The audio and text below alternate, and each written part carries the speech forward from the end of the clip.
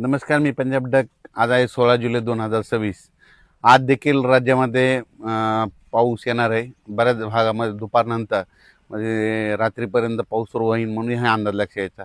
राज्यात सांगायचं झालं तर आज 16 तारखेला म्हणजे विदर्भामध्ये वर्धा जिल्हा, भंडारा जिल्हा, चंद्रपूर, यवतमाळ, वाशिम, हिंगोली, वर्धा, नागपूर, भंडारा, त्याच्यानंतर अमरावती, अकोला, बुलढाणा, नांदेड ह्या परिसरामध्ये काय होणार, दुपारनंतर रात्रीच्या मध्ये बऱ्याच ठिकाणी चांगला पाऊस सुरू होणार आहे. पण उद्यापासून मात्र तिकडं देखील म्हणजे 17 जुलैपासून तिकडं आडला देखील पाऊस चांगला वाढत जाणार आहे. 17, 18, 19 आणखीन वाढणार आहे.